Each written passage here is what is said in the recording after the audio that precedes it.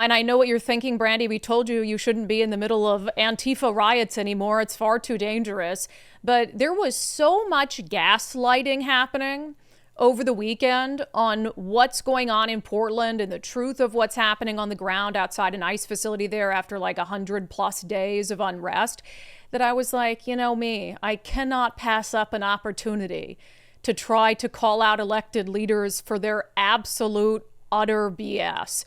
And so I spent roughly 2 days down there. We're going to cover some of that. I'm going to give you my insights on what I saw today. And then tonight, I do want you to know we're going to be airing a special report. It is called 48 Hours in Portland, very aptly named, where I'll take you on the ground inside what's happening there at the ICE facility and also what's happening in downtown Portland, which is a relevant part of the story when we're talking about whether Portland is truly safe, clean, calm and peaceful, as the governor of Oregon would have you believe. So tune in for that tonight, 48 Hours in Portland. It will post this evening across all of our platforms, 10 p.m. Pacific time.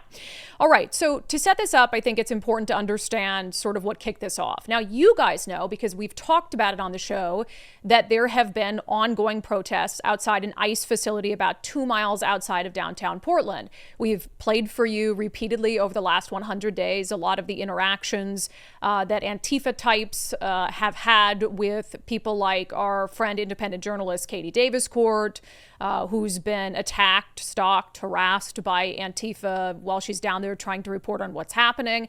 You'll also know that there have been around 25 arrests at last check made by the federal government that have resulted in federal charges against demonstrators. So this has been going on for a long time, and it has been serious. And it, I think was thrust into the national spotlight because of what President Donald Trump said on Saturday. He, of course, took to social media. And look, he did what Donald Trump does. He was very, in my humble opinion, a tad bit hyperbolic, but stressing that he saw what was happening in Portland. He was going to do something about it. He said, at the request of Secretary of Homeland Security Kristi Noem, I'm directing Secretary of War Pete Hegseth to provide all necessary troops to protect war-ravaged Portland and any of our ICE facilities under siege from attack by Antifa and other domestic terrorists. I am also authorizing full force if necessary. Thank you for your attention to this matter.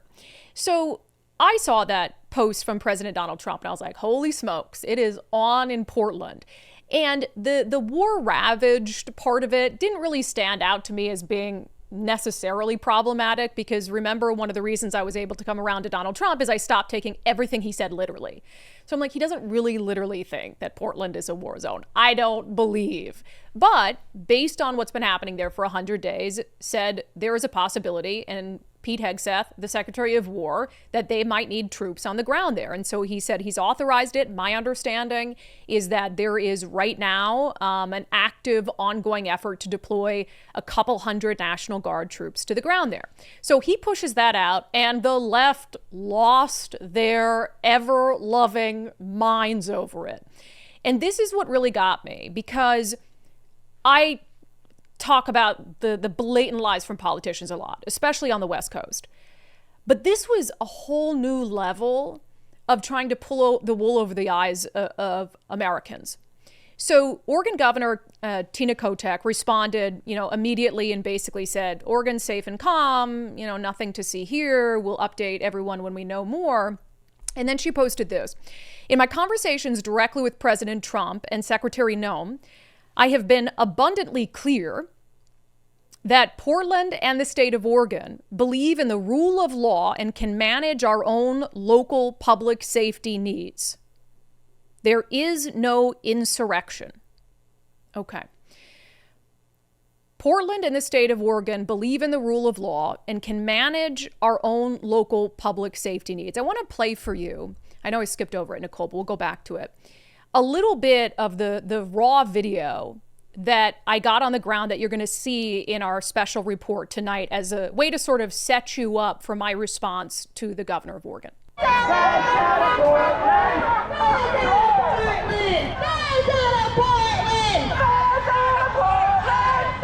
It's unnecessary. We can take care of ourselves and the immigrants that are being affected by this institution here, the ICE agents is unnecessary. They're a valuable part of our community. They break the noise ordinances, and the city of Portland won't do anything about it. So my girlfriend, she's a beautiful woman that's in a wheelchair.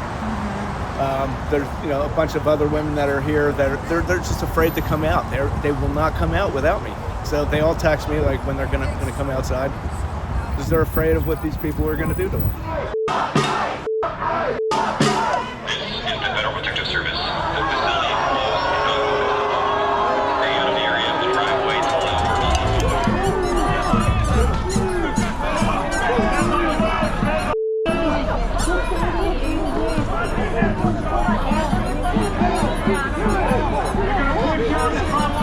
When you come out here, I can tell you that I am happy with my decisions to be here today. And I don't know that you can all say that. And if you can, you should be ashamed of yourself. You don't have to answer questions. You're choosing to, and that's fine. I would like to hear what you have to say. But I don't think you would, honestly, because you are not out here in good faith. Threaten, intimidate. You are not. I'm not threatening you. I mean, you're being I am not hostile. threatening you. How am I being hostile? By raising my voice at you? Is that not freedom of speech? I'm talking about the lights How in our about this? eyes. How about this? No, my hands are up. I'm talking about the lights in our eyes. Oh no, you got some light in your eyes, motherfucker. That's my life. Arguing with a man in a cat mask. That's essentially could sum up really my 2 nights in Portland. So that is a really good encapsulation of what we saw there over 48 hours, okay? And you're going to see a lot more with a lot more context and information on the ground in our special report tonight. But I wanted to give you a taste of it because, when you see the comment, and I'll revisit it again, from the governor of Oregon, Tina Kotek, I have been abundantly clear that Portland and the state of Oregon believe in the rule of law and can manage our own local public safety needs. My response to that is, well, why aren't you? If you believe in the rule of law and you can manage your own public safety needs, there is absolutely no doubt, whether you want to call it war ravaged, I don't think it's a war zone. I've seen, worse rioting in situations in Seattle in 2020, and actually more recently than that at ICE facilities here. But the crux of what's happening in Portland is the longevity of it. Months on end, where this has been happening, where there's been assaults on federal agents, assaults on journalists, where you have a community that feels like it is being held hostage, some of them, by this situation. So when Tina Kotek says we believe in the rule of law and we can manage our own public safety needs, well, it's been 100 days, so why haven't you? The presence of Portland police, not federal agents, Portland police in this zone was almost non-existent. We would see, as we were down there, a couple Portland police officers here and there, monitoring things. They would occasionally, if there was a police report that needed to be made, for instance, Katie Davis Court had to file a police report for harassment and attempted theft, they would come in, they would deal with specific issues. But the only time I saw that Portland police make any sort of effort to clear the streets there outside the ICE facility was, if you're watching this video right now, they brought in a few bicycle officers and they gave up after a minute. 1 minute, 2 days. That's the only effort I saw from the Portland Police Department to try to restore order to that area. So it's important to understand that the only confrontations happening outside that ICE facility right now between federal agents and the protesters/rioters are when federal agents are trying to get in and out of the building. That's it. They have the whole place boarded up, but the protesters are blocking, and it's hard because some of them are just protesting, but the rioters block the Sally Port. And so federal agents, every freaking time they need to get a vehicle in or out, they have to don riot gear and go out there, and then there's a confrontation. So if Portland police had done their job, and I think they probably want to, but their chief of police is a coward who teaches DEI courses, so that gives you an idea. And the mayor of Portland, clearly cowards. If they didn't want federal intervention with their citizens who are out there in the street, they would take it upon themselves at some point in the last 100 days to make sure that people aren't blocking the entrance and exit to the ICE building so business can continue as usual. People can keep protesting. So when she says, again, we believe in the rule of law, clearly not, and we can manage our own local public safety needs, clearly not, because you have shown incapable of doing that. So what is the federal government to do? It seems that the option that you're giving the Trump administration and the Department of Homeland Security is either continue to clash night after night after night, month after month with this domestic terror faction, or do nothing, and your building will be rendered useless. And I think that's what the city of Portland wants. Remember, they're already trying to take away the permit for that building because they don't like what's happening there, immigration efforts, immigration enforcement. So to me, in everything I saw and everything I've heard, the city of Portland, if it wanted to manage, and the chief of Portland police came out and said, this is being over-exaggerated. It's a one-block area in a massive city. To which my response when I saw that was, if it's a one-block area, chief, why can't you get it under control? So there's no doubt in my mind that some sort of federal intervention is needed to put an end to what's happening there. Because the city of Portland is either incapable of or unwilling to do it. Because doing nothing is not an option. The status quo of nightly confrontations between federal agents and Antifa factions is not tenable.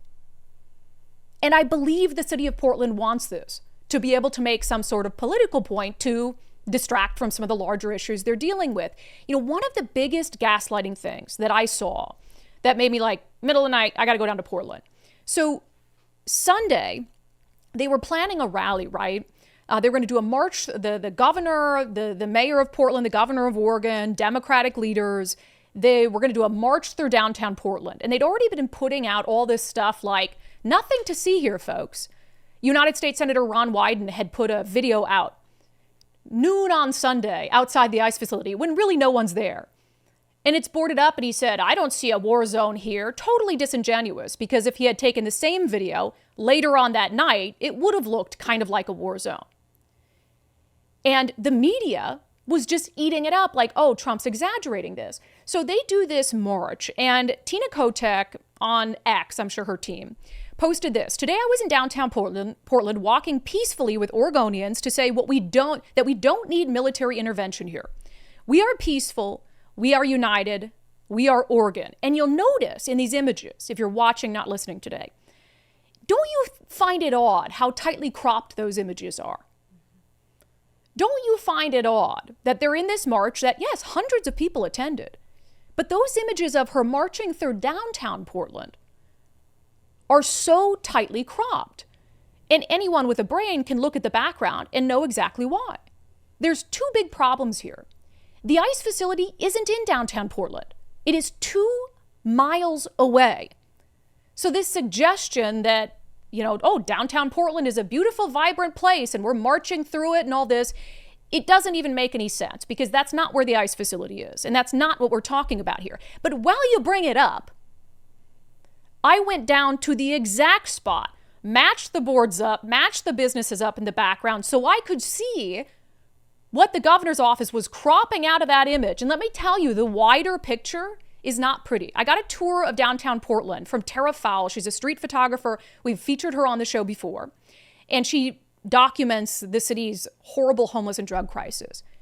What I saw while I was out there with her in downtown Portland almost brought me to tears. In some of the same areas that the governor marched through, Portland is safe and clean and vibrant. I've been covering Seattle's worsening homeless crisis for 15 years. What I saw in Portland was unfathomable. The route that she took for this march, where she wants to try to signal to the nation that Portland's doing just fine, there are more boarded up storefronts than storefronts without boards on them. There are people suffering in filth and squalor. The smell of human feces and urine is so potent, I gagged. Far worse than Seattle. And I think Seattle is bad. But Seattle's homeless crisis situation, drug crisis, if you want to avoid it, you can. It's on a few city blocks that are really bad. You can't avoid it in Portland. And Tara, who I was with, and you're going to hear more from her in our special report tonight, she's down there daily interacting with the homeless. And when I had her meet me at the location where that Governor Kotek photo op was taken, she said, wow, looks cleaner than usual down here. And she said she has no proof, but she really believes that in order to do this march and say Portland's doing just fine, we don't need any help here, that they went in and what did they do? Swept away all the homeless and the drug users, tried to clean up the human feces. But even so, it still looked horrible.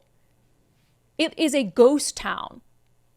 That's not an exaggeration. We didn't just go to one bad corner here and there. We walked around for an hour and a half. So she wants to act. And again, I know that these are two separate issues, the ICE facility and what's happening in downtown Portland. But the governor, she wants to combine them all in one. We don't need any help from the federal government here. We've got the ICE facility situation under control. They don't. And Portland is beautiful and vibrant. It's not. As with any area, you could go to an actual war zone today. You could go to Ukraine. And you could find a place to take a picture that looks beautiful and pristine and clean. It doesn't make it any less of a war zone. 2 blocks down from the siege on the ICE facility is the river. It's beautiful. There are these beautiful willow trees 2 blocks down looking over the river. And I could take a picture of this and say, what is Donald Trump talking about? This is 2 blocks from the alleged war zone. And the only thing that I can hope is that people aren't so stupid and devoid of any desire to think critically and independently that they'll just believe that. And the other thing is, 2 things can be true at the same time. There can be areas of Portland that are beautiful and safe and clean. And then there are very clearly areas of Portland that are anything but, that are covered in human feces. And yes, I actually saw piles of human feces. It was highlight of my day. There are areas of Portland where business is thriving and restaurants are thriving. And there are areas of Portland where you would be hard pressed to find a window that's not covered with plywood. So this all or nothing is not only disingenuous, it's dangerous to paint it as not a problem. And that goes for downtown Portland and the ICE facility. And it's completely unproductive. If we were adults, right? Like I'm fired up about this because there's real shit happening there. And it's not good. Is it a war zone? No, I don't think Portland's a war zone or war ravaged. But if Trump hadn't used the phrase war ravaged, you think that their response would have been any less unhinged?